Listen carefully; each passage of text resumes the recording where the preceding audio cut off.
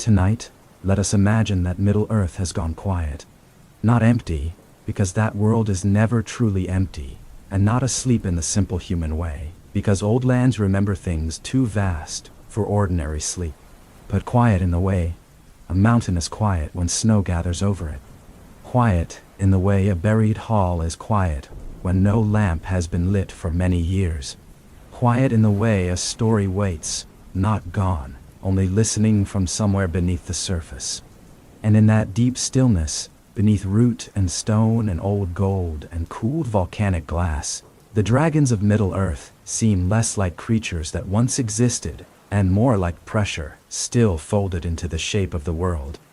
If you have ever looked at a dark hillside at night and felt, for no reason you could easily explain, that something older than your thoughts might be sleeping there, then you already know the mood we need for this journey. Not alarm, not panic, not the sharp thrill of a chase. Something slower than that.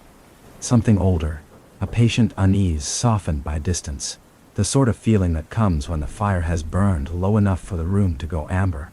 And the mind, no longer busy with the day, begins to drift toward older pictures. Tonight we will follow that drift. We will not hurry. We will not march through lore, as if we were collecting facts in a ledger. We will move the way one moves through a house at night after everyone else has gone to bed, with care and with softness, letting each doorway open into the next. We will walk past the memory of the first darkness, and the first great dragon who crept from it. We will look up into the terrible sky where winged fire once spread across the clouds. We will pass over northern wastes where older things still seem to breathe under the ice. And in time, when the path has narrowed enough and the gold has begun to glimmer in the dark, we will come at last to the dragon, whose name still shines even outside the world of Middle-earth, the great red gold sleeper beneath the mountain. But for now, all of that can remain far away. For now, simply hold in your mind the idea that the oldest dragons do not begin as action.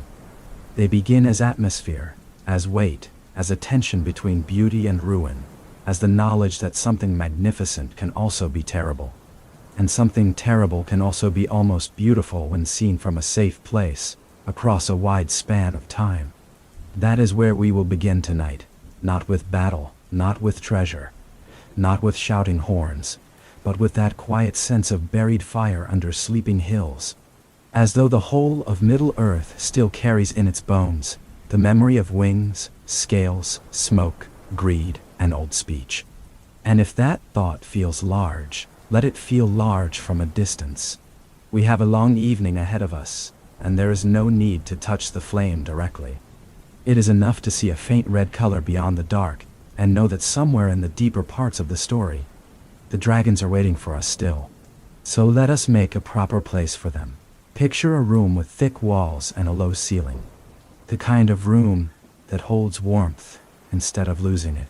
A fire is settled in the hearth, not leaping wildly, only breathing with a soft patience of its own.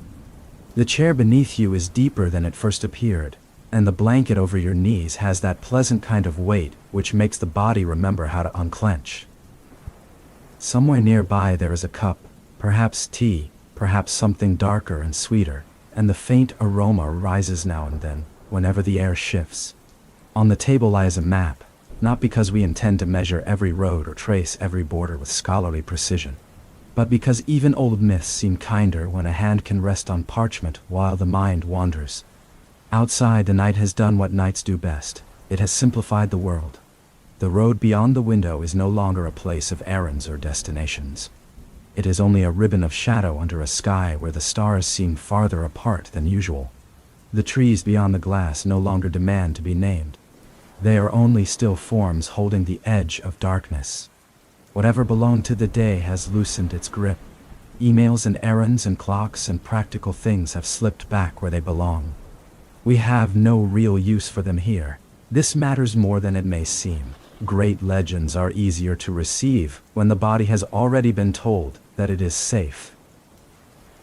A nervous mind hears only events. A restful mind hears weather, distance, texture, sorrow, beauty, and all the slow things between. And for a story like this, For a story of dragons in Tolkien's world, it is the slow things that matter most.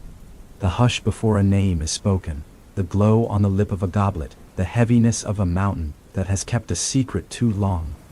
The almost tender way old danger returns as memory. So let your breathing settle into the room for a moment.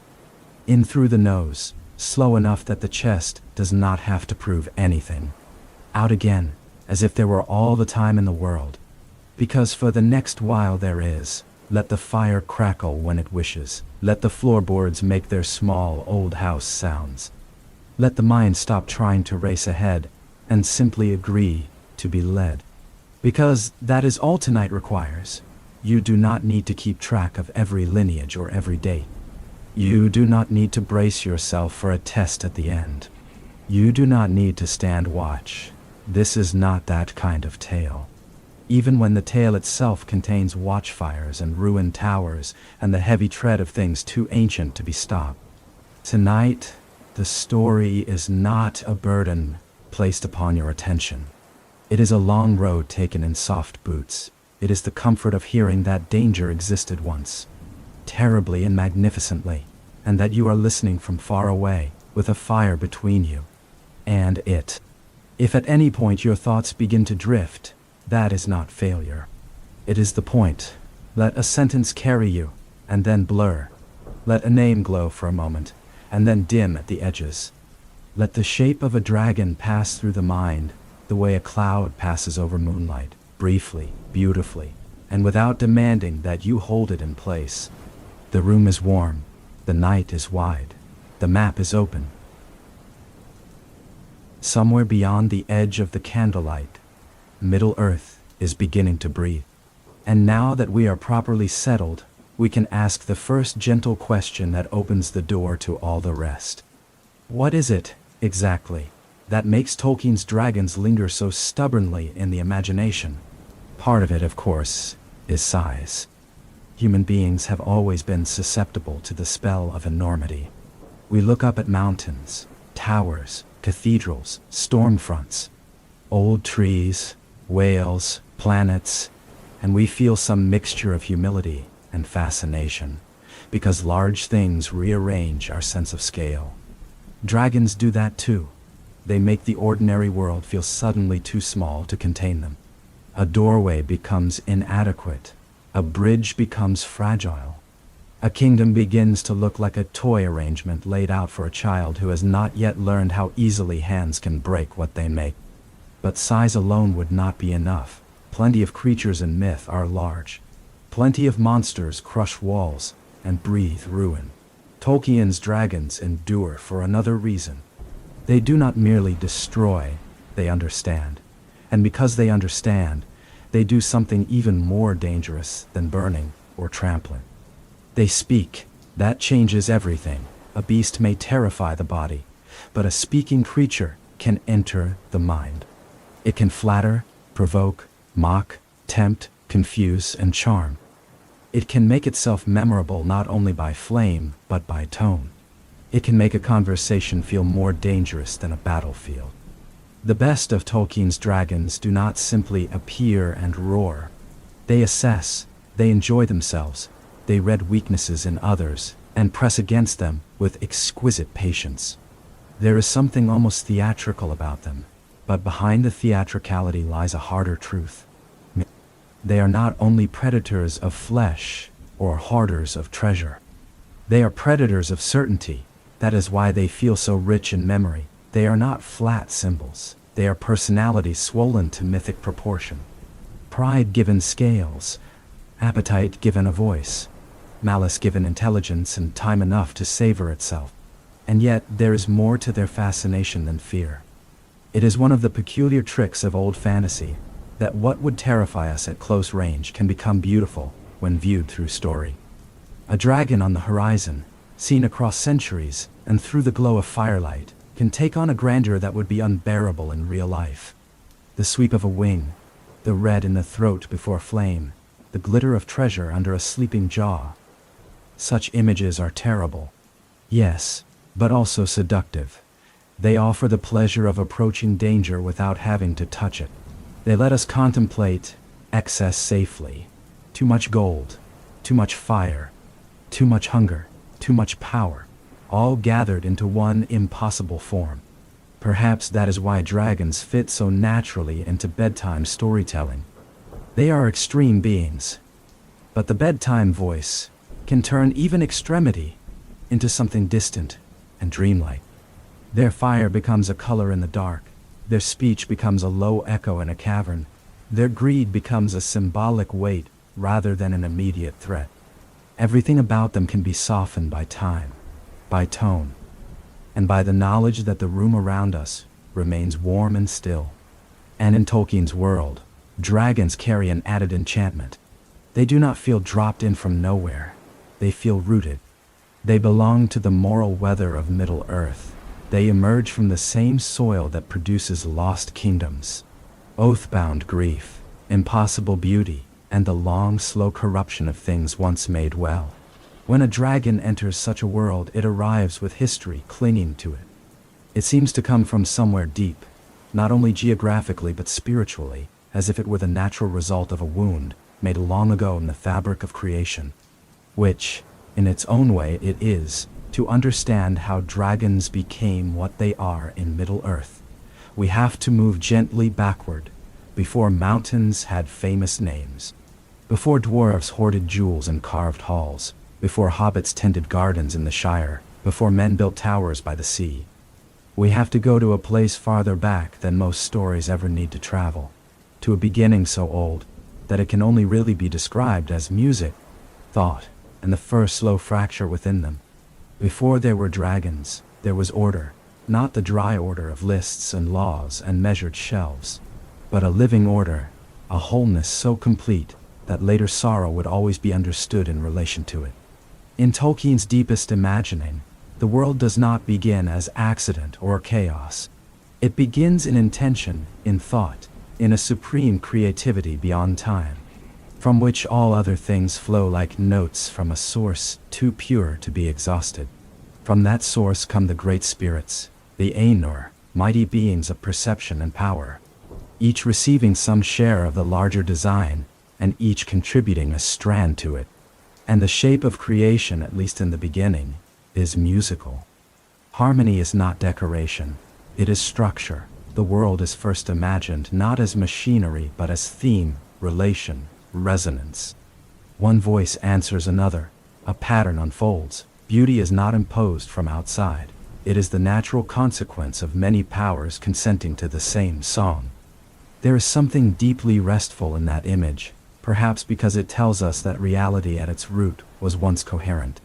That meaning came before fracture, that beauty was not an afterthought, and even if one does not linger over theology or metaphysics, even if one takes the image simply as poetry, it has a strange peace in it. Vastness without panic, power without cruelty, the kind of beginning that feels like starlight before names. But if the old stories ended there, we would have no dragons to speak of tonight. We would have only radiance, and pure radiance, however lovely, leaves no room for longing. Into that first music enters discord, not at first as full rebellion, not as armies and chains and darkness spread across a continent, but as refusal, as self-will, as the desire of one mighty spirit to shape things by his own thought rather than in concert with the whole. Melkor, greatest in native power among the Ainur, wants more than participation. He wants possession. He wants not merely to enrich the music, but to bend it toward himself. And so he introduces strains that do not belong, tones that jar, insistences that seek to dominate rather than join. This matters because in Tolkien's world, evil is rarely shown as simple opposite. It is more often distortion, a parasitic rearranging of what was meant for better use. Melkor cannot create from nothing in the highest sense. He can only twist, exaggerate, isolate, imitate, corrupt. He is powerful, magnificently so, but his power turns inward and sour. It becomes hunger to unmake harmony and remake it in the shape of control. When the great themes move toward world shaping, the wound moves with them. The later world bears within it the memory of that early contradiction. Light exists, and so does the wish to consume it. Beauty exists, and so does envy of beauty. Freedom exists, and so does the will to dominate. From the very beginning, Middle-earth contains both song and sabotage, both blessing and the long consequence of a broken note. And because we are listening tonight in the softer register of bedtime, it is enough to imagine this not as a theological diagram, but as a mood settling over the earliest dawn of things. A faint shadow crossing bright water, a tension in the chord, a beauty that is still beautiful, but now vulnerable. You can almost feel, even at this remote level, the future pressing forward. The towers, the swords, the exiles, the griefs, the hoarded treasures, the things that will sleep under mountains and one day wake hungry. For dragons do not arrive from nowhere, they belong to the broken music. They are, in a sense, the body that discord eventually learns to wear. And from here the story can begin to descend from the cosmic into the tangible. From first principles into heat, iron, pits, and the slow invention of fear. Melkor's darkness does not remain abstract for long. Once the world takes shape, once lands rise and waters gather and living things begin to move beneath the light, his desire turns practical. He wants dominion. He wants worship. He wants to look upon what is fair and turn it either into a possession or into a ruin. He does not merely oppose goodness in the heroic banner-waving sense. He envies it, resents it, and labors to produce counterfeits of it. If others create things that grow, he wants things that consume. If others delight in freedom, he seeks obedience wrung from terror. If others raise beauty, he prefers a grandeur that wounds. This is the atmosphere in which dragons make sense. A dragon in Middle-earth is not simply a beast with added mythic decoration. It is a statement about power. It is appetite made imperial. It is the dream of domination taking on flesh, so that domination can move through the world with teeth, cunning, flame, and a will of its own. The dragon is not an accidental horror. It is a deliberate insult hurled at the good order of things. There is something almost chillingly patient in that. One imagines the dark places under Angband not as frantic laboratories, but as regions of long intent, where cruelty can ripen over years without needing applause. Stone sweating in the heat, iron dark against furnace glow, commands spoken in voices that never lift because they do not need to. The idea of terror, refined and refined again, until it becomes efficient, magnificent, and memorable. Perhaps that is another reason dragons capture us so strongly. They represent not random violence, but concentrated will. They are what happens when malice grows artistic, and yet, even here, we need not rush. We are still far from battle, far from heroes and arrows, and shattered towers. For now, the important thing is only this. In the dark imagination of Morgoth, as Melkor later comes to be called, the dragon is conceived as a thing that can break more than bodies. It can break morale. It can make kingdoms feel temporary. It can place before the free peoples of the world a vision of destructive splendor so immense that courage itself begins to look fragile. That is how the Age of Dragons prepares itself, not suddenly, not with a single dramatic trumpet blast, but with a long accumulation of threat. A pressure building behind stone, a heat gathering below sight, a design taking shape in the mind of the first Dark Lord. Who knows that some enemies may be killed by swords, while others are best conquered by awe. And then, after all that waiting, after all that hidden labor, the waiting gives way.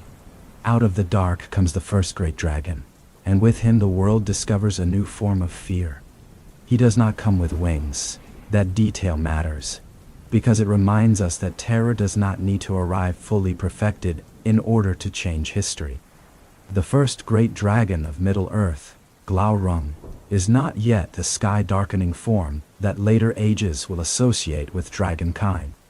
He comes crawling, vast and armored and burning within, more like a nightmare given serpent shape than a sovereign of the air. no less dreadful for that, perhaps in some ways more so. A thing that close to the ground feels intimate in its menace. Heavy, deliberate, as though the earth itself has decided to move with hostile intention. When Glaurung first emerges, the world has not learned how to think about him. There are enemies already, certainly, and wars enough to drain the heart. Orcs, wolves, monsters, shadows from strongholds in the north. But a dragon is different. He carries not only force but category-breaking novelty. He makes older horrors feel suddenly provisional, as though all previous fears had merely prepared the ground for this one. Imagine the sight of him from a distance across a battlefield not yet lost. A shape too large to classify at first, then the glint of scales, then the suggestion of heat, then, worst of all, the dawning realization that this creature is not simply raging forward, but choosing its pace. It knows the effect it creates. It enjoys the widening of eyes, the collapse of confidence, the sense that the old arrangements of war have been rendered inadequate in a single appearance. This is one of the key qualities that sets Glaurung apart. He is not only destructive, he is self-aware inside his destructiveness. He has the cruel patience of something intelligent enough to prefer psychological damage over straightforward slaughter, whenever the first can make the second easier. And so his coming is terrible, not only because he burns and crushes, but because he introduces the free peoples of Middle-earth to the idea of being outmatched in an altogether new way. A dragon is not simply another enemy to be counted in a host. It is a moving declaration that the dark power of the North can generate wonders of fear beyond expectation. Yet because the early world still has courage in it, and because great stories rarely spend their power all at once, Glaurung's first appearance is not the final form of his terror. He is driven back for a time, contained, resisted. The world is granted a temporary breath. And perhaps in that breath, there is something almost encouraging. The dragon can bleed, the dragon can retreat, the dragon is not beyond all answer. Still, the damage is done. Once a dragon has entered the world cannot return to not knowing dragons. Even in absence he remains. He settles into rumor, strategy, dread, and the imagination of every watcher on every wall who now understands that the enemy has depths not yet fully measured. And Glaurung himself, having once been seen, does not vanish into irrelevance. He grows, he learns, he becomes more completely what he was meant to be. The first shock matures into a steadier, subtler horror. For the cruelest power he possesses is not his fire, nor his size, nor even the iron hardness of his body. It is his ability to enter another being's thoughts and poison the path from within. If Glaurung were only a beast, even a gigantic and fiery one, his story would be simpler. But Tolkien rarely chooses simplicity when sorrow can be made richer by intelligence. Glaurung's truest devastation lies in the realm of mind and fate. He uses fear, yes, but also confusion, suggestion, humiliation, and that cold pleasure some dark beings seem to take in watching a good or gifted person destroy himself from the inside out. That is where the great tragedy of Turin Turambar begins to gather around him like weather. Turin is not an easy figure. He is proud, wounded, capable, volatile, and burdened from early on by doom that seems to cling to his steps. He has in him the stuff of heroism, but also the kind of inner unrest that makes heroism dangerous to its owner. In another sort of tale, such a man might simply become a famous warrior and ride through songs in armor, bright with uncomplicated glory. But the First Age is not generous in that way, and Glaurung is exactly the kind of enemy who can read a troubled soul and use its fractures as handles. So the dragon does not rush, he insinuates. He bends perception, he turns urgency against judgment, he draws one calamity into another. Not always by force, but by making the road of error appear in the moment, like the road of necessity. There is something especially haunting about magical deception when it works not as glitter or spectacle, but as moral disorientation. The victim still moves by his own legs. He still chooses, speaks, decides, acts. Yet around all of that agency a dark pressure has been wrapped, narrowing the visible options, clouding the emotional weather, turning love into suspicion, haste into duty, loneliness into pride. One can imagine Glaurung's gaze not merely as hypnotic in a theatrical sense, but as invasive in a quieter way, like smoke entering a house through every crack until everyone inside is breathing it without realizing. With Turin and those bound to him, that smoke becomes nearly unbearable. Lives that might have run toward reunion are steered instead toward separation. Mercy is delayed. Knowledge is obscured. The fragile threads by which one wounded human being remains connected to others are cut, one after another, by deception that does not need to shout.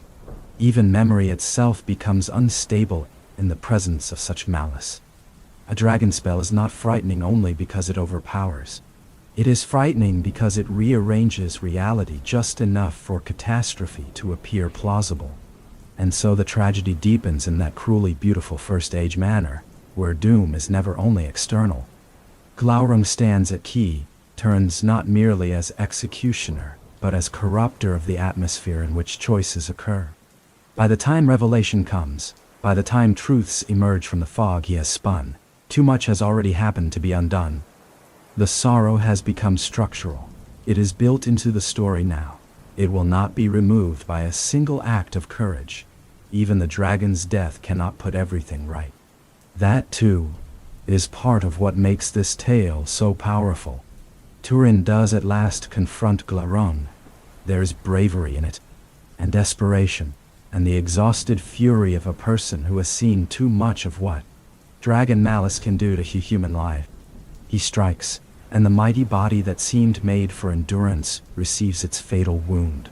For a brief moment, it might almost seem that the old pattern will assert itself. Hero overcomes monster, darkness is pierced, the narrative straightens into victory. But Glaurung is not content to die as a mere beast slain in combat. Even in his ending he must wound with knowledge. Truth arrives with the force of a final cruelty, and the human heart, already pressed far past safety, proves too burdened to carry it. The collapse that follows is not the clean release of triumph, but the terrible settling of consequences. This is why the tale of Turin under Glaurung feels so different from later dragon stories. It is less adventure than haunting, less conquest than contamination. The dragon does not simply threaten a city or a treasure. He enters the hidden architecture of a life and leaves it uninhabitable. And because the sorrow runs so deep, because this section of the legendarium moves like a dark river through grief, we should not remain in it too sharply. Let its edges blur a little now. Let the names recede into the older hush from which they came. Let the image of the fallen dragon cool into distance. Let the room around us reassert itself, slowly, gently, with all the mercy that old stories sometimes withhold from those inside them. The fire in our room is smaller now, not literally perhaps, though perhaps it is, but in the imagination it has changed from a dramatic emblem into something humbler and more companionable. A coal settling in on itself, a faint red seam through blackened wood, a warmth that no longer asks to be noticed because it has already done its work. After the heavy sorrow surrounding Glaurung and Turin, it feels right to let everything quiet down for a while. This is one of the gifts of bedtime storytelling. It allows us to touch grief without having to camp there. We may look into ancient tragedy and then return, not by denial, but by softness. The tragic shape remains true, and yet the room is still the room. The blanket still has weight, the window still holds the night at a respectful distance. Our own lives, with all their untidiness, are not required to become as catastrophic as the legends we hear. We are permitted to listen and release, so for a moment, do nothing but feel the scale of time. How old those stories are now, how long the dead have been dead in them, how thoroughly the first great dragon has already passed from event into memory, from memory into telling, from telling into the calm voice of one evening's company. Even immense suffering changes character when enough centuries lie over it. It does not become trivial, it becomes hushed, it takes on the stillness of ruins visited in low weather. Perhaps that is why old fantasy can be so restful despite all it contains. It gives sorrow enough distance to become textured rather than raw. It lets us contemplate loss in the same way we contemplate winter trees from indoors, with respect, with some sadness, and with the hidden relief of not having to stand in the cold. Glaurung is gone now, at least for tonight. His eyes have closed. The poison in his speech has thinned into a caution carried by later ages. The road need not end here, though. Darkness is inventive, and Morgoth, having once brought dragons into the world, does not leave them unfinished. The next shape of dragon fear will rise higher. Where Glaurung moved close to the ground, making the earth itself seem unsafe, later dragons will claim the sky. And once fear has learned to fly, the imagination of Middle-earth must stretch to meet it. It is one thing to fear a creature that approaches across land.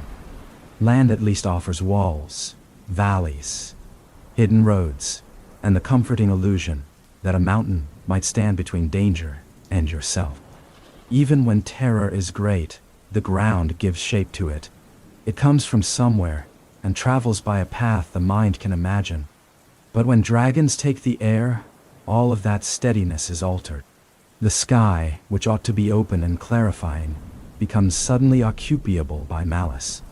Height itself joins the enemy. There is something especially unnerving about that shift, because human beings tend to place hope in upwardness. We look to heights for vision, for stars, for weather, for the possibility of guidance. To see the upper world seized by destructive power is to feel the hierarchy of things invert. Instead of light from above, there is shadow. Instead of birds, there is fire. Instead of a clean wind, there is the beating of wings large enough to make courage feel very small indeed. Morgoth understands symbolism instinctively. It is never enough for him to wound bodies if he can also wound the imaginative order by which his enemies orient themselves. Winged dragons, therefore, are not merely practical improvements on earlier designs. They are the extension of dread into a realm once associated with escape, perspective, and hope. They make nowhere feel high enough. Picture the rumor of them before the sight. Servants whispering in halls cut into stone. Scouts returning pale from distant ridges. The strange reports no one wishes fully to believe, because disbelief seems the last available shelter. Fire seen where no siege engine stands. A shadow passing over a slope too broad to be cast by cloud. The sound of something overhead when the weather is otherwise still. Then the reports harden into certainty. Winged dragons exist. Their bodies are greater still, their arrival more sudden, their impact more theatrical in the oldest and darkest sense of the word. They turn battlefields into spectacles of helplessness. They grant the north a kind of moving weather, a force that can descend, scour, and rise again before ordinary resistance has properly understood what it has faced. The very idea of siege begins to change under them, because what wall can feel fully reliable when ruin may come over it instead of through the gate? And yet, because we are staying within the softer rhythm tonight, let us not fill the air with too much clamor.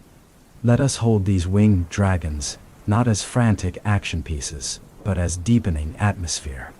A pressure in the clouds, a scale problem for the imagination. A reminder that evil in Middle-earth is not static. It experiments, it escalates, it reaches for forms equal to its own pride. Among all such creatures, one rises above the others with almost unbearable magnitude. A name so large in Tolkien's mythology that it feels less like a character than like a storm-given lineage. Ancalagon the Black, even spoken quietly. The name changes the room a little. Ancalagon belongs to that category of legendary being which almost resists visualization. Ordinary imagination, useful enough for rooms and roads and familiar faces, tends to falter when confronted with true mythic scale.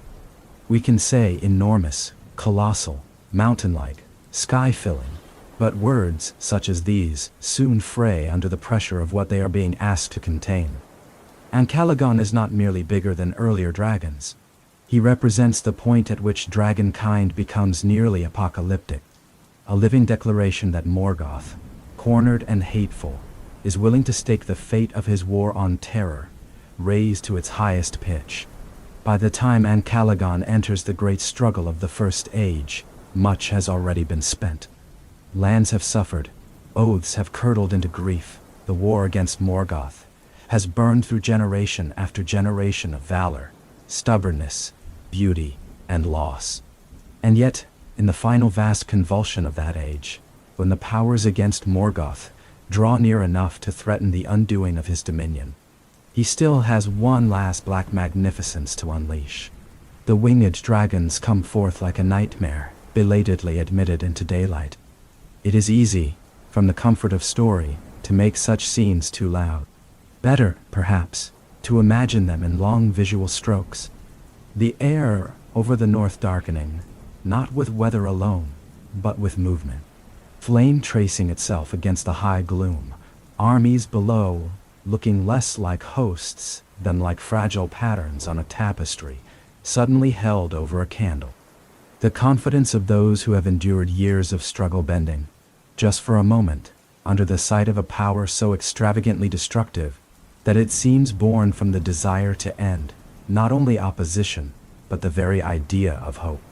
At the center of that terror is Ancalagon, black not only in color, but in spiritual temperature, like a wound in the sky. He carries with him the full arrogance of the Dark Lord who bred him. The message is obvious. If Morgoth must fall, then let the world itself be scorched during the attempt. Let victory become indistinguishable from catastrophe. Let despair rise high enough to meet even the greatest courage. But Tolkien, at his best, loves contrast too much to leave darkness unopposed by radiance. And so into this nearly unbearable scene comes one of the most dreamlike figures in the legendarium. Arundel the Mariner, bearer of the Silmaril, moving through the heavens not as another brute force, but as a counter-image. Where the dragon is excess of domination, Arundel becomes excess of hope. Where Ancalagon spreads shadow, the Silmaril offers a light almost too clean for the dark to endure. Where Morgoth produces a weapon meant to cow creation, the old blessed brilliance answers from above. There is something extraordinarily beautiful in this opposition. Not merely because good and evil confront one another, but because the confrontation is staged in such symbolic terms. Darkness meets light in the open sky. Weight meets brightness. Devouring flame meets a jewel that carries the memory of unmarred radiance. Even if one forgets every exact detail, one remembers the emotional architecture of it. And then comes the long contest, not a duel to be imagined in sharp, cinematic cuts, but a drawn-out celestial struggle. Ship and dragon, fire and light, vast wings, high arcs, a darkness that will not yield, a brightness that will not extinguish. The battle lasts long enough to feel like weather, like one of those nights when a storm keeps rearranging itself above the sea, and no watcher below can tell whether dawn will find the sky emptied or destroyed. At last the balance breaks, and Ancalagon falls. The fall matters as much as the combat, because it restores vertical order to the imagination. The thing that claimed the sky is cast down. The oppressive shadow, however immense, proves not eternal. And when so great a dragon strikes the world below, the impact seems to reach beyond a single death into the collapse of an age. Peaks are shattered, Morgoth's confidence is broken open, the impossible begins, at last, to become defeated.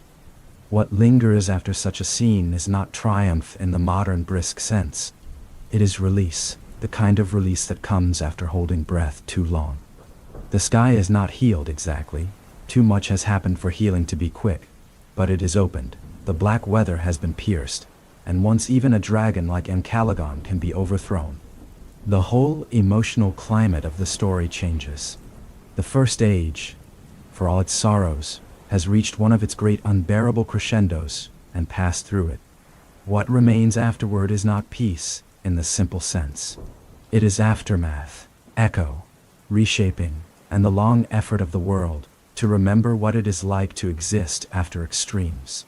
It is good, after so much height, to come back down, back to the room, first of all, to the modest human scale of chair, window, cup, and fire.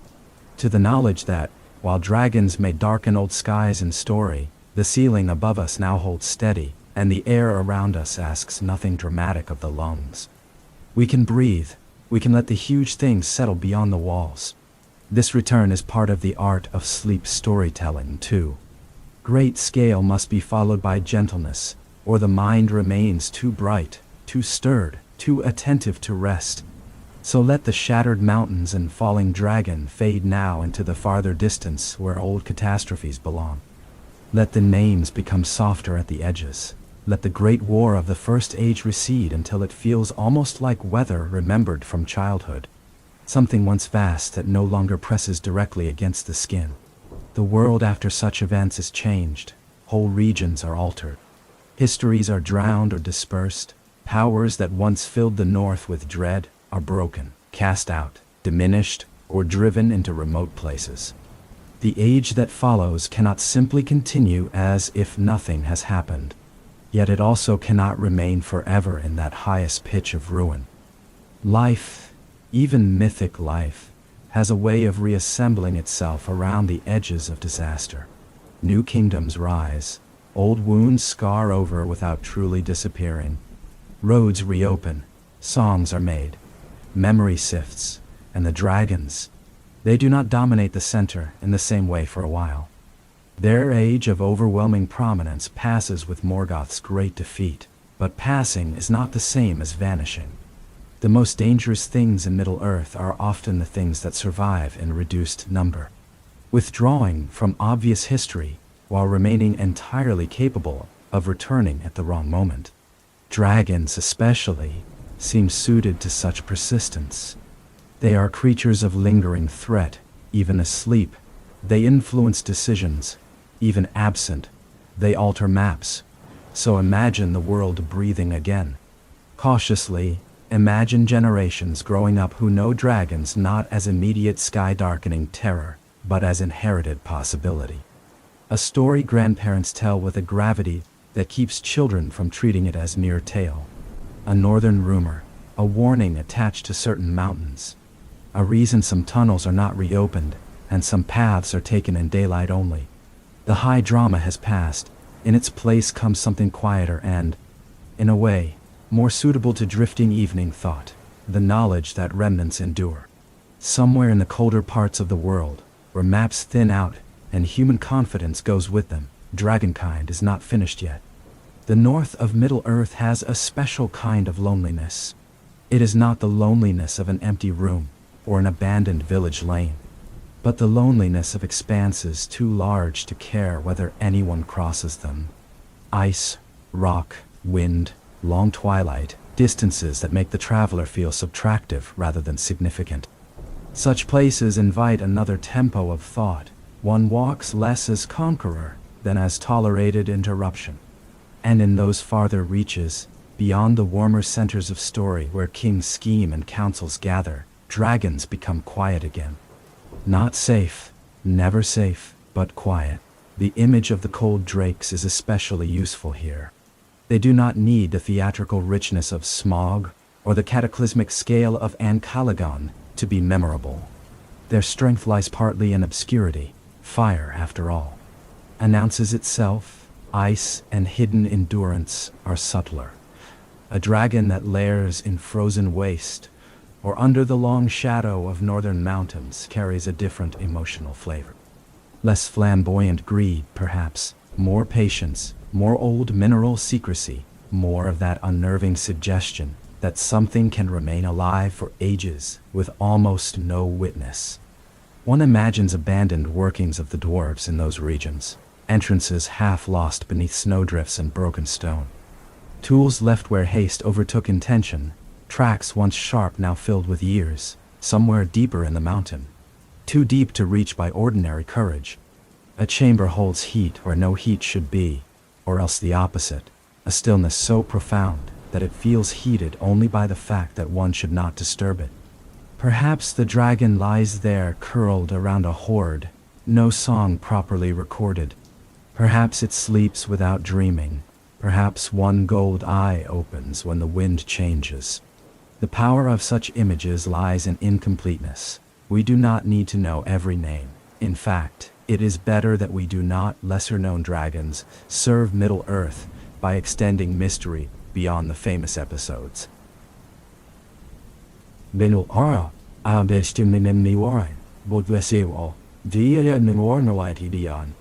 They remind us that the world is not exhausted by its best-loved stories. There are edges where the known tale frays, and the untold waits beneath it. For sleep storytelling, this is precious territory. The mind loves to drift toward margins once the great fixed events have been visited. There is pleasure in wandering into half-light, to imagine a northern sky pale with cold stars, to picture black ridgelines in the faint glimmer of old ice, to think of something ancient below the stone, not waking, merely existing, and thereby changing the emotional temperature of the whole landscape. Dragons in such places become less like immediate antagonists and more like geological truths. They belong to the mountain almost as much as the mountain belongs to them. The dwarves, who understand stone better than most peoples of Middle-earth, would know this keenly. A mine is never only a hole made by labor. It is an argument with depth. It is a question asked of the earth, and if the earth already contains a dragon, then the answer may arrive in fire or in silence, but it will not be favorable.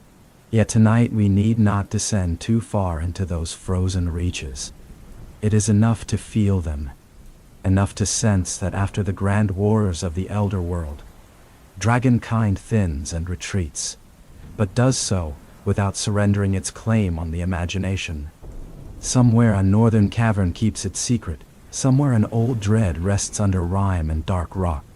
Somewhere the story remains unfinished by design, and after wandering through all that cold, it is pleasant to turn at last toward a dragon whose fame burns warmer, brighter, and more familiarly in the mind than any other. One dragon who gathers into himself almost everything listeners expect when they hear the words spoken softly in the dark. By the time we come to Smaug, the story has changed its light. The ancient world of the First Age, with its towering griefs and semi-divine radiances, has receded into legend even within the legend. The scale is still vast, but it feels nearer to ordinary life now. Roads are traveled by smaller feet, meals are remembered, songs are sung in inns. The world has room for homely comforts and provincial habits alongside old danger.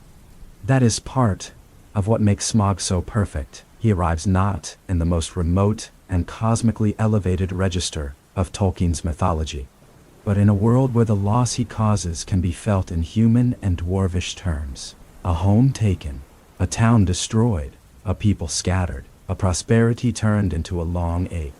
Before Smaug descends, Erebor is a marvel of another kind. A mountain, yes, but also a crafted interior kingdom, carved and cut and polished by generations of dwarven labor, until stone itself seems to admit that artistry can rival geology. Halls run deep, treasure gleams not as vulgar excess alone, but as the visible residue of patience, craft, inheritance and joy in making. Nearby Dale thrives in the reflected fortune of that brilliance, a place of exchange and movement and practical life, warmed by the prosperity of the mountain above it. Taken together, mountain and town form a kind of harmony, wealth below, life around, trade flowing, memory accumulating. This harmony is exactly the sort of thing a dragon threatens best. Smaug does not merely attack a structure, he interrupts a flourishing. He turns abundance into bait. The wealth that should have expressed the skill and continuity of a people becomes instead the magnet that draws down ruin. There is a bitter irony in this, and Tolkien understands the bitterness well. Treasure is rarely neutral in such stories. It reveals love, labor, greed, vulnerability, pride, and desire all at once. Under the eye of a dragon, those meanings sharpen until gold itself seems dangerous. When Smaug comes upon Erebor, He comes as a catastrophe with personality. Not mindless devastation, not only flame from the sky, but claim. The mountain pleases him because it is rich, enclosed, defensible, and symbolically satisfying. To sleep on treasure is not merely convenient for a dragon like Smaug. It is expressive. It declares superiority. It says that all this labor, all this carved beauty, all this inherited worth, has been reduced to bedding for appetite. And so the fall is swift, terrible, and enduring. Dwarves are driven out. Dale is ruined. Survivors carry with them not only grief for the dead, but the peculiar torment of dispossession. The home still exists, the halls still stand, the treasure remains, and yet all of it has become inaccessible because one vast and greedy life has settled over it like a red gold curse. This kind of loss is especially haunting because it preserves the object of longing. Ruins can at least close the account. Erebor remains intact enough to call people back in imagination again and again. It promises restoration while denying it. The mountain becomes not merely a place but a wound that glitters. For years and years Smaug lies there, coiled amid wealth beyond counting. The image is unforgettable.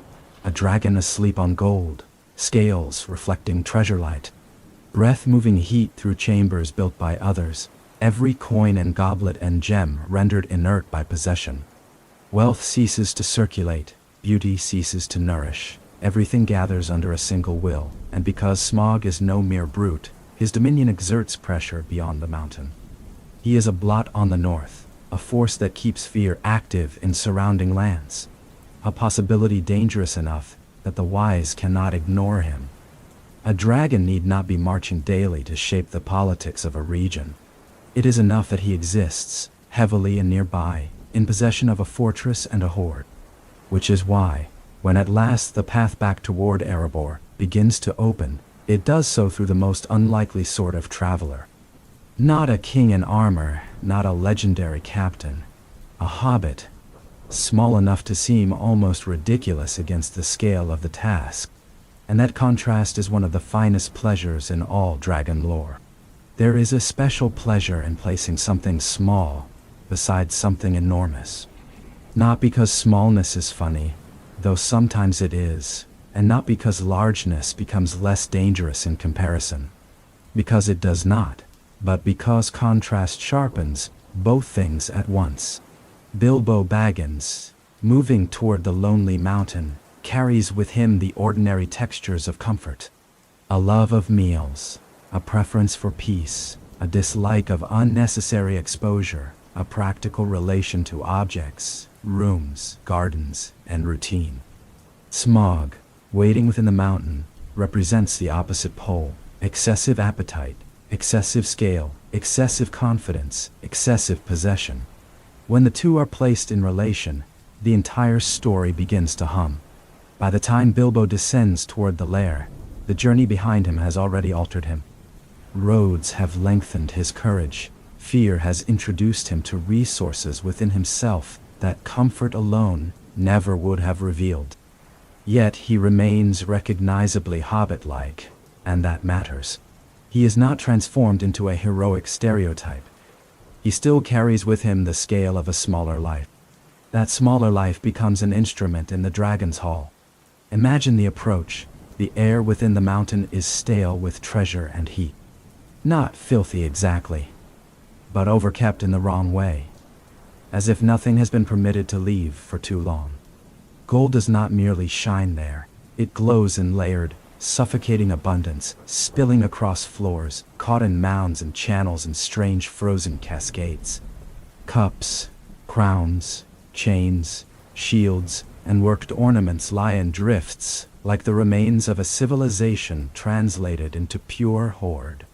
The place should feel triumphant perhaps, but instead it feels stalled. Everything valuable has been arrested at the point of possession, and at the center of that arrested wealth lies Smaug. Not always moving. That is important. A sleeping dragon is in some ways more potent to the imagination than an active one. Stillness allows scale to gather, the curve of the body, the the rise and fall of breath, the slow gleam of scale over coin. The suggestion that one eye could open at any moment and flood the entire chamber with intelligence. Smaug is not simply part of the treasure.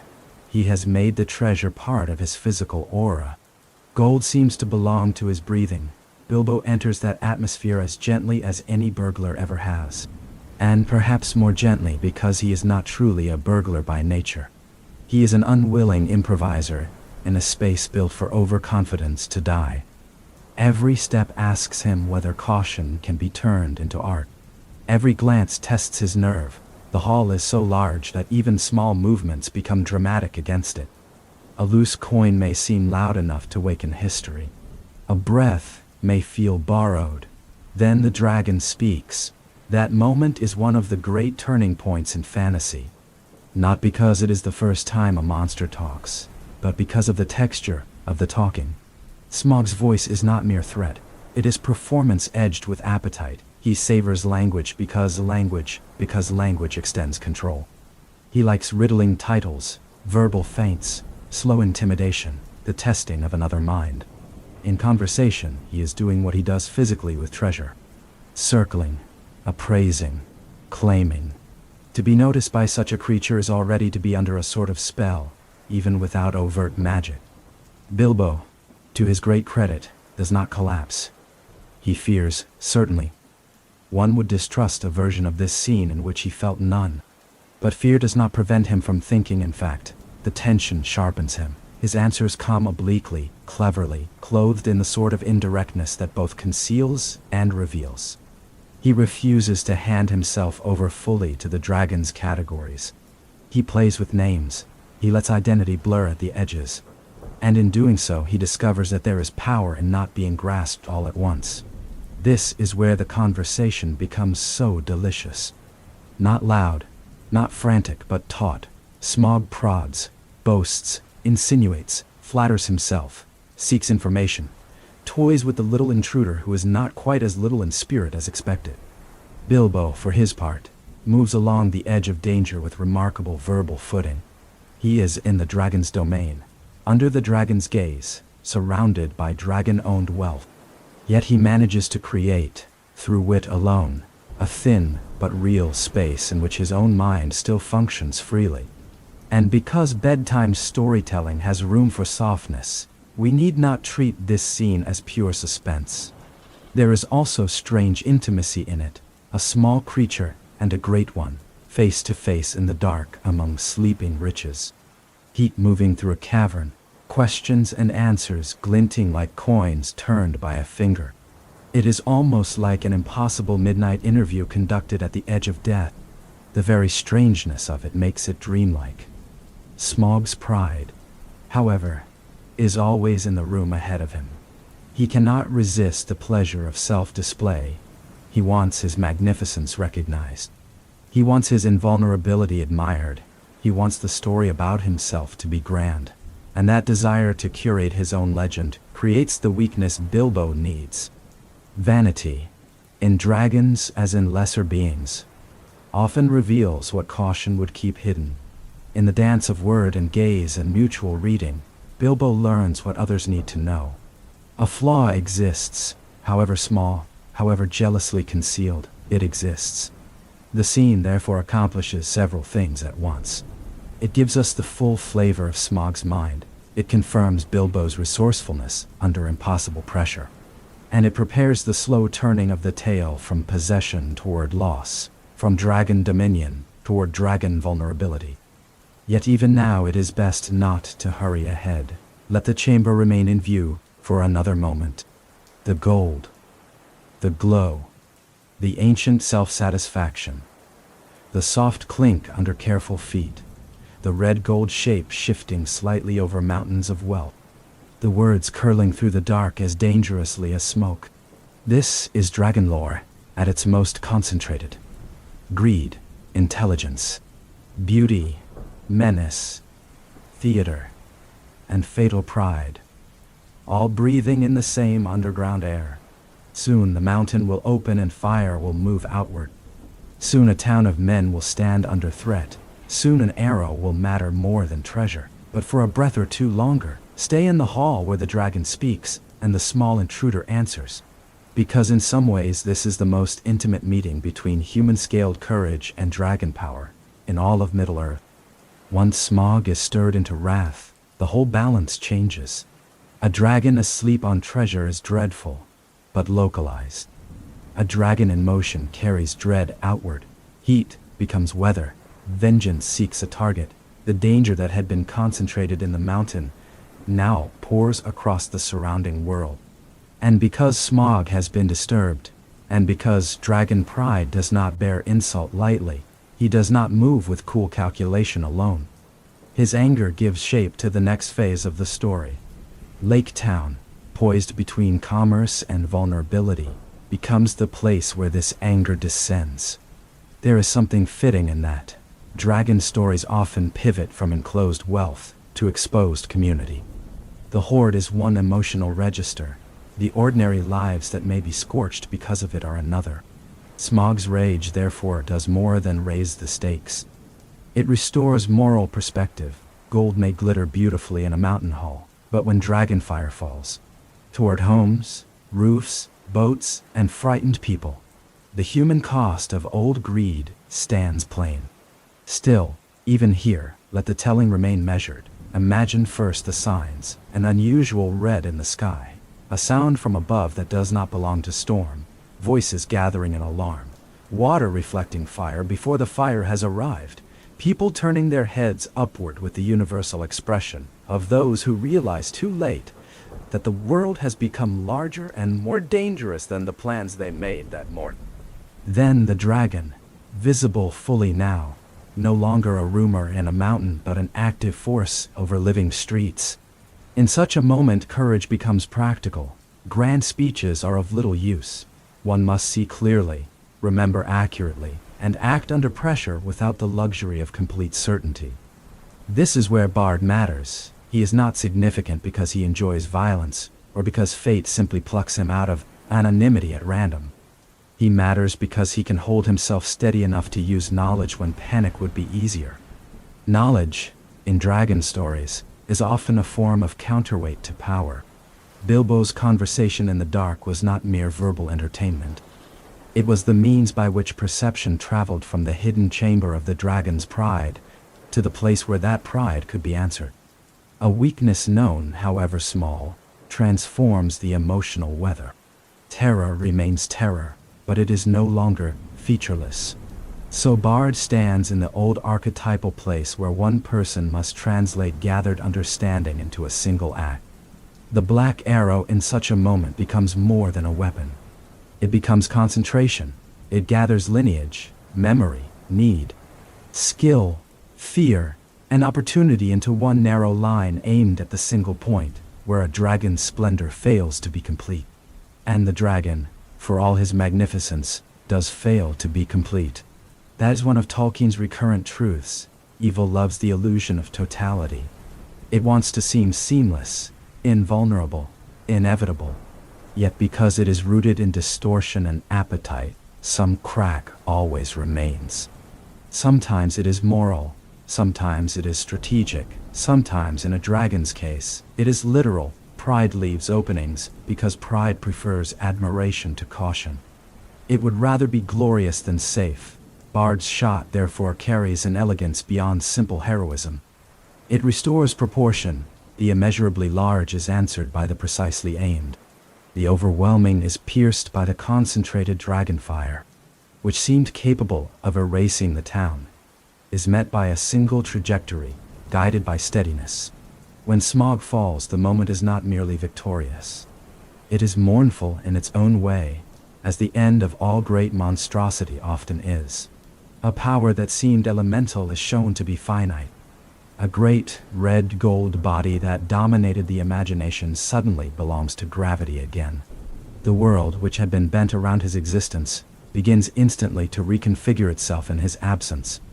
One can picture the water receiving the ruin of him, or else the land feeling the shock of his final descent. And in that image, there is both relief and a strange emptiness.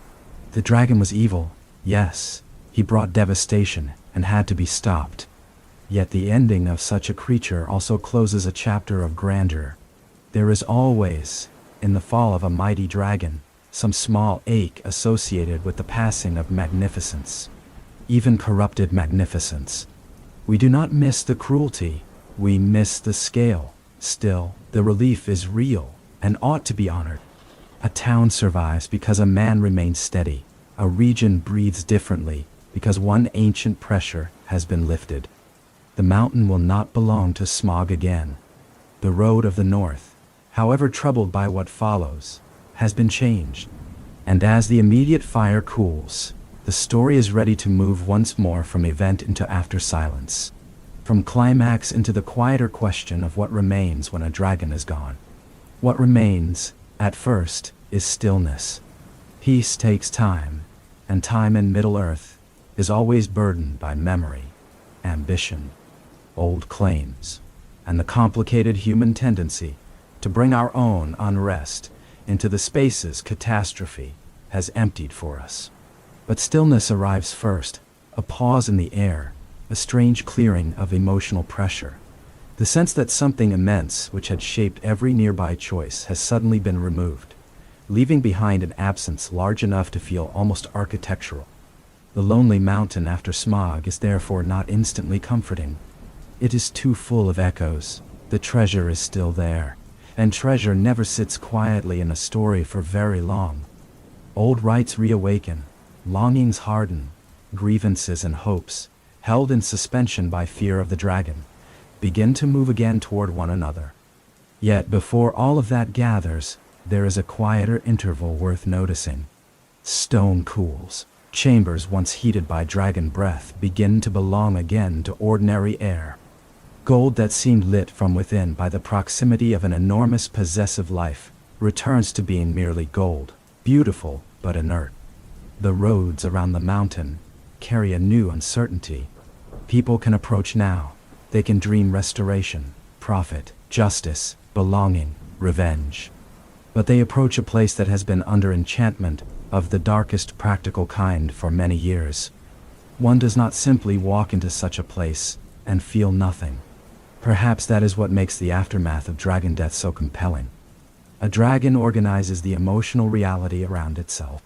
Remove it, and the world feels both freer and less defined. For a while everyone must discover who they are without the dragon's shadow telling them what to fear. That process is not always graceful. Yet, because our concern tonight is sleep and softness, we need not linger over every later conflict in sharp relief. It is enough to let the mountain stand in the mind, as a great body of stone learning how to be itself again. To imagine halls that once reflected only greed now waiting, almost shyly, for other meanings to return. To feel how even treasure can seem tired after too much contact with appetite. The dragon's absence creates room for quieter perceptions. A breeze where heat used to be, dust settling over coins, the long patience of carved pillars, perhaps the faintest drip of water in some side passage, never visited by Smaug at all. Such details matter because they remind us that places outlast possessors. The mountain endured before the dragon, and endures after him. What passed through it was vast, but not final. There is comfort in that. There is also a little sadness. The age of great dragons grows dimmer each time one falls. The world becomes safer in one sense and smaller in another. A certain kind of terrifying magnificence leaves with them. We may not wish for their return, but we do understand why stories continue to return to them. They mark the places where appetite became unforgettable, where beauty and danger fused, where scale itself took on moral meaning. So let the mountain rest for a while now. Let it cool under evening thought.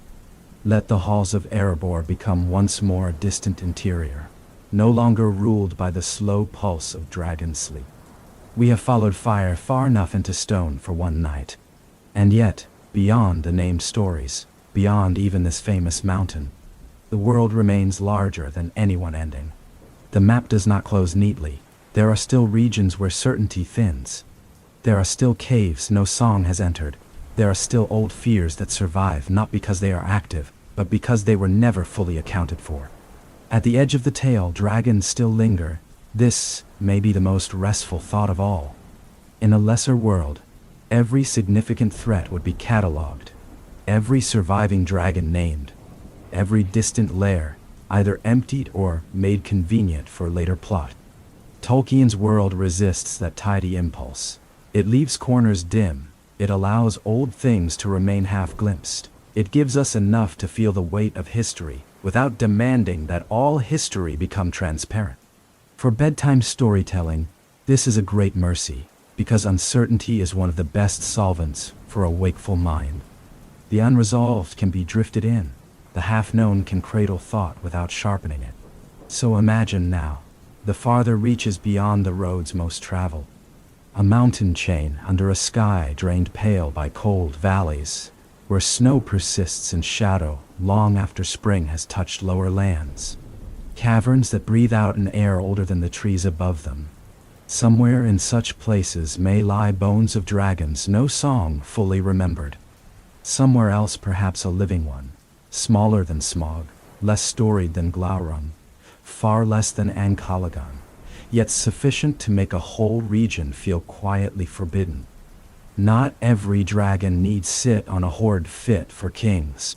Some may keep only a few remnants of plunder, or else guard not wealth, but secrecy, which can be a treasure of its own. It is easy to romanticize such margins, and there is some truth in the romance. The unknown north, the untaken path, the unentered cave, all possess a gravity that the mapped and named cannot quite match. But there is also something more subtle at work. Unfinishedness allows the imagination to remain humble. It reminds us that no matter how many stories we hear, the world, especially a mythic one, retains depth beyond our hearing. There is always one more ridge in silhouette, one more echo in the tunnel, one more campfire tale about a glow seen high on a slope where no fire should be. The dwarves, more than most, would feel this unfinishedness as practical caution. They know that stone can conceal both riches and death, often in neighboring chambers. They know that greed can wake what prudence would leave sleeping. They know, too, that not every ancient thing announces itself in time for retreat. Somewhere, a prospector's hammer might strike and pause, held in the air by a sound from within the mountain too deep to classify. Somewhere, a caravan leader, choosing between passes, might reject the shorter road because the silence there feels too complete. Somewhere in a hall beyond charts and memory, a dragon might lift its head slightly at the changing of the season, and then settle again for another century. All of this is wonderfully compatible with drowsiness. We need not decide whether any particular nameless dragon is truly there. It is enough that Middle-earth remains the kind of world in which such a possibility feels natural. The idea of sleeping dragons beyond the map extends the story without demanding new strain. It lets the imagination continue walking after the main road ends, not toward urgency but toward spaciousness. We do not need another battle. We need only the sense that the old fires were never all counted, and that far away, in places no council regularly reaches, heat may still lie under stone. The stars above those regions would look cold and numerous. The wind would sound different among such peaks, thinner and less concerned with human meanings. The darkness would not be hostile exactly, only indifferent, and indifference can be more dreamlike than threat. You might pass a ridge and see nothing. You might pass another and think you saw, for one moment only, the long curve of something that did not belong to rock. Then the light would change, and the mountain would become merely mountain again. This is how dragons continue after their greatest stories end. Not always through action, but through atmosphere. Through the suggestion that the world once held more wonder and terror than we have room to catalog, and may still hold some remainder of it where maps lose confidence. And perhaps that is why, even after all the famous names have been spoken, dragons do not leave Middle-earth. They retreat into its margins and, from there, continue to shape the imagination of anyone willing to sit quietly enough to feel them. Dragons endure because they gather too many human fascinations into one form. We are fascinated by treasure, and by the moral danger treasure creates. We are fascinated by ruins, by things once splendid, that now sleep under dust or ash.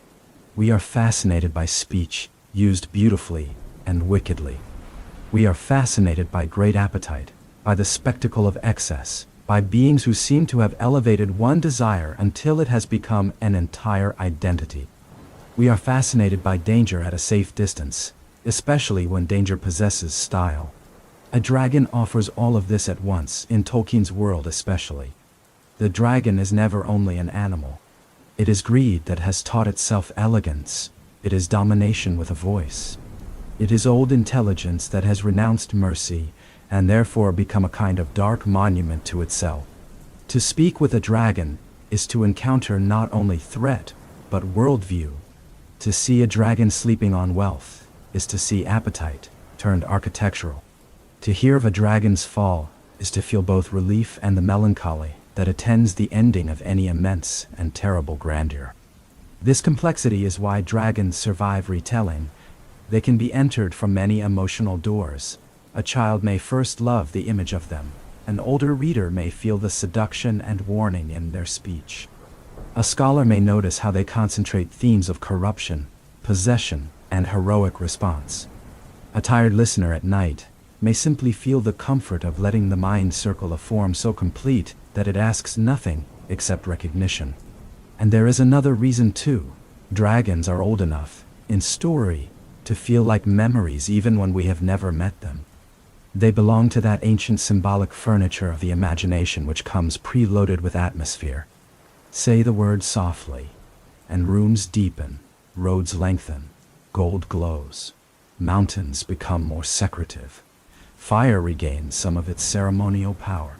The mind, without instruction, begins to prepare a chamber for wonder and threat together. Tolkien understands this inheritance, but he does not merely repeat it.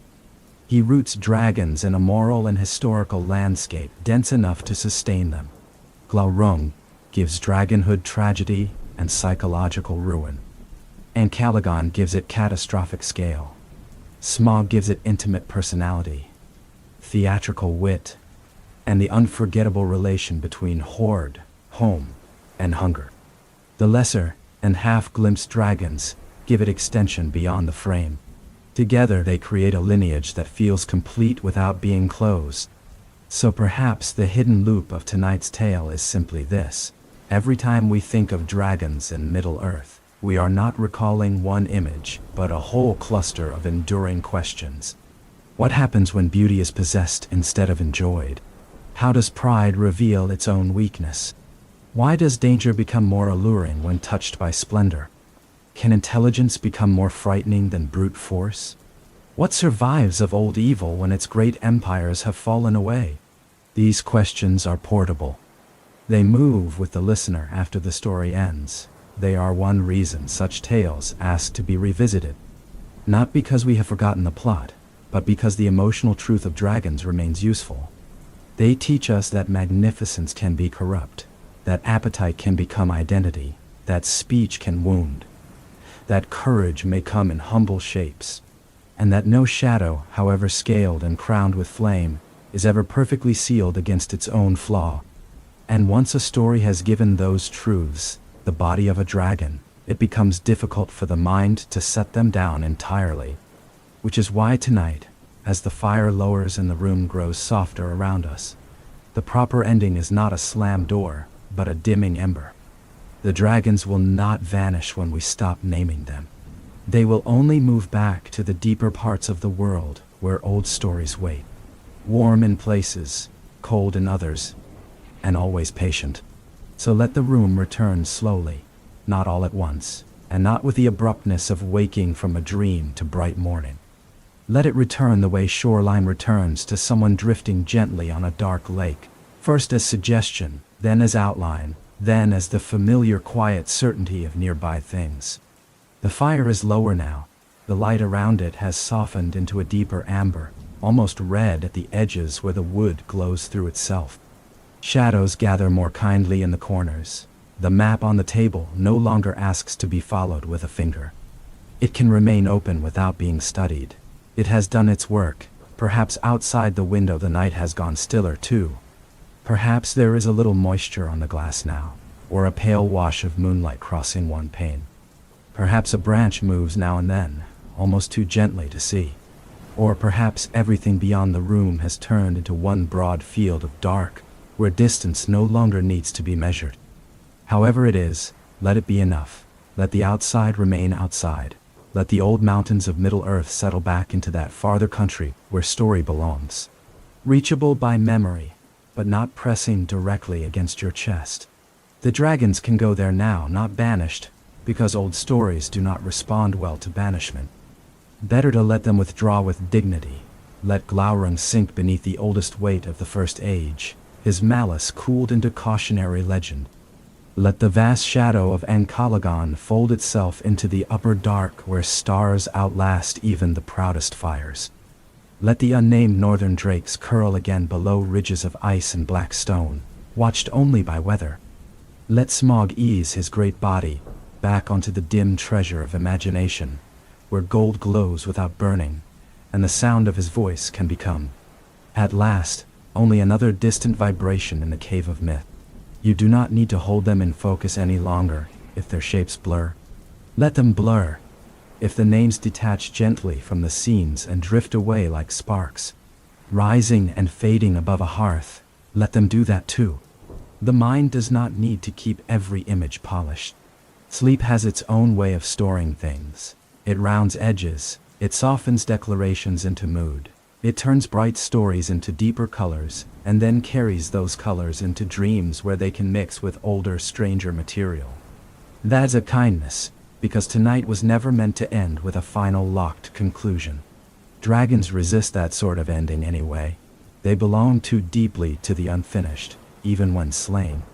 They leave questions, even when absent. They shape the emotional weather. Even when forgotten in detail, they remain alive in silhouette. The proper bedtime farewell to dragons, then, is not certainty. It is distance, the sense of having walked near enough to feel heat on the face, but not so near as to lose the path home. And home, for now, is this small human scale, the chair beneath you, the softness under your hands, the ordinary miracle of being warm while the night keeps its own counsel beyond the glass. If the body has grown heavier, let it be heavy. If the eyes have begun to sting slightly in that pleasant, sleepy way, let them do so without resistance. If thoughts arrive, let them arrive one at a time, and then wander off again without pursuit. There is nothing left to accomplish tonight inside the story. The roads are already receding behind us, somewhere, in the deeper chambers of imagination. A mountain stands under stars. Somewhere a long unused hall keeps a little memory of treasure light in its carved stone. Somewhere a northern wind crosses black ridges and descends into valleys where no lantern burns. Somewhere an old dragon dream runs on, too slow to trouble anyone who is resting. All of that can continue without your supervision, in fact. It's better if it does. Stories are most restful when they are allowed to live on their own. You need not carry them. You need not guard them. You need not keep watch over the sleeping gold, or the ruined towers, or the cold mouths of the northern caves. Others may do that in songs, in books, in other evenings, when you choose to return. There will always be another quiet fire, another slow road, another night when the old world opens again and offers one more chamber, one more memory, one more creature half hidden in the dark. But not tonight. Tonight the story has traveled far enough. So if you like, breathe in once more, slow and easy. And then out. Let the shoulders drop the little distance they still had left to travel. Let the jaw loosen. Let the tongue rest. Let the forehead smooth. Let whatever alertness remains in the hands unspool like threads slipping from a spindle. The body understands the rest of the journey better than the mind does. Trust it now. Some listeners, at this point, will begin to drift in and out of the words, catching only fragments. A mountain, a low fire, a red eye closing, a road under stars. That is exactly right. Fragments are enough. Sometimes they are better than full scenes, because they resemble the language of dreams. A complete thought asks to be followed. A fragment simply glows for a moment, and then yields to softness. So here are a few things to leave near the edge of sleep. The slow warmth of wood smoke in a quiet room. The feeling of an old map lying open with no urgency to it. The outline of a far mountain holding more memory than any traveler could gather in one lifetime. The gleam of treasure dimmed by distance until it is no longer temptation, only color. The hush after a great wing has passed. The relief of knowing that even the darkest sky and story can be opened again by light. The smaller courage of ordinary beings who walk into great tales without ceasing to be themselves. And beyond all that, the steady gentleness of returning home from wonder without needing to explain it. If another thought comes now, let it come as softly as snow falling somewhere you do not have to travel. If another image forms, let it form in half-light, perhaps a dragon folded around sleep so completely that it no longer resembles menace at all, only age. Perhaps a corridor under the mountain where the air is cool and still. Perhaps the tiny yellow squares of windows in a hillside home, far away from every horde and battlefield, where someone has banked a fire and gone gladly to bed.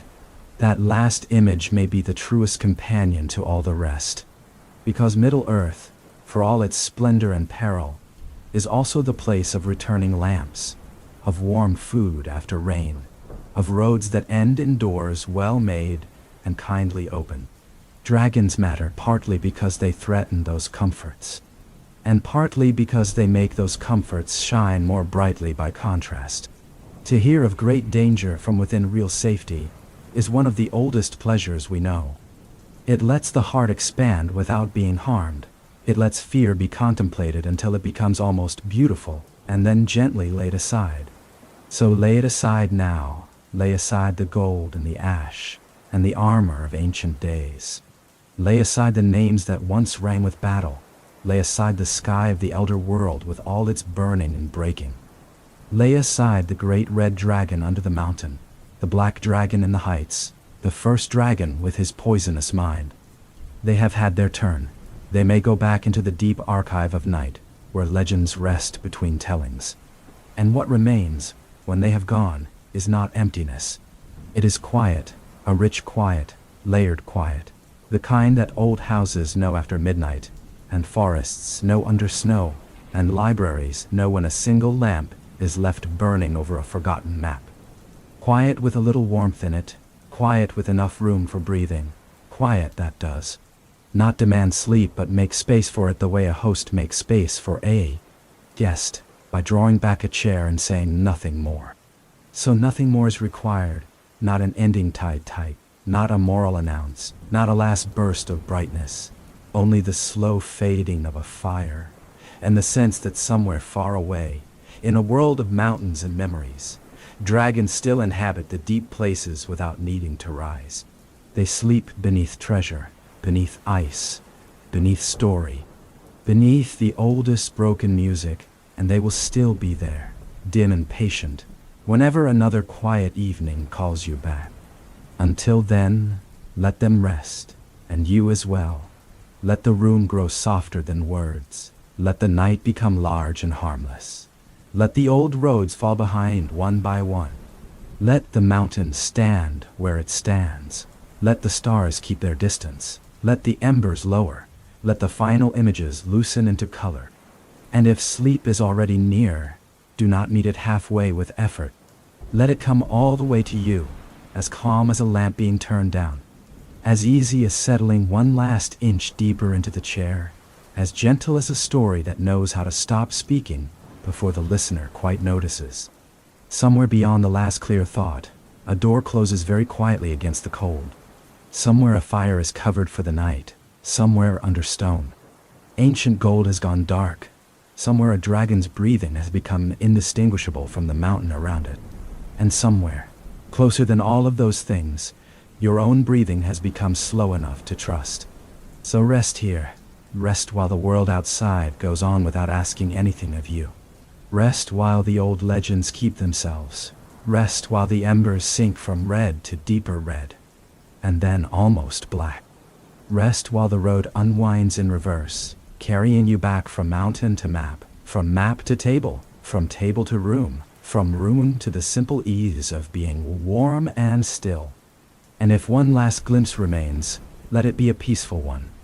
The far outline of a mountain under stars, and within it not terror, not urgency, not even greed, only ancient sleep folded into ancient stone, far enough away to be beautiful, quiet enough to be kind, and dim enough now that it can pass, like everything else tonight, into darkness without a sound.